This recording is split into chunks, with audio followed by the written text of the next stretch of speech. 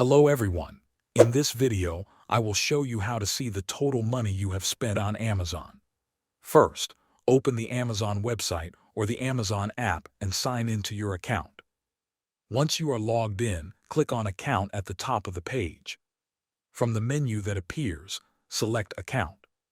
Scroll down until you find the Manage Data section, then click on Request Your Data.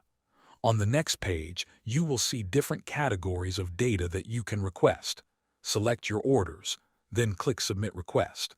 Amazon will send a confirmation email to your registered email address.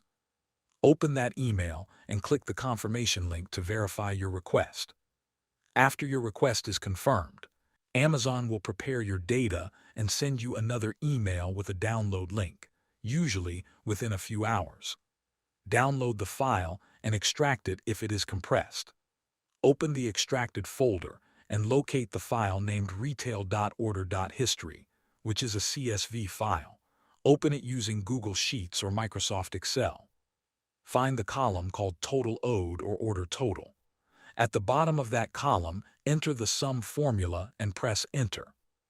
The spreadsheet will automatically add all of your order totals and show you the total amount you have spent on Amazon. Thanks for watching.